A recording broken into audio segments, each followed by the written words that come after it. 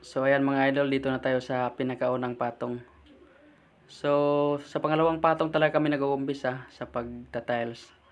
Kasi yung sa ilalim niyan, i-waterproofing muna pagkatapos ng sa ibabaw.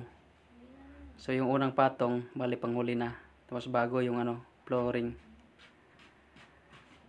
So ayan po yung kinabit ko ngayon. So yung tira bukas na. Bali tinabas ko lang muna lahat yung yung ikakabit bukas. So ayan mga idol, dito na tayo sa pinakaunang patong. So sa pangalawang patong talaga kami nag-uumpisa sa pagta-tiles. Kasi yung sa ilalim niyan, i-waterproofing muna pagkatapos ng sa ibabaw. So yung unang patong, bali panghuli na. Tapos bago yung flooring.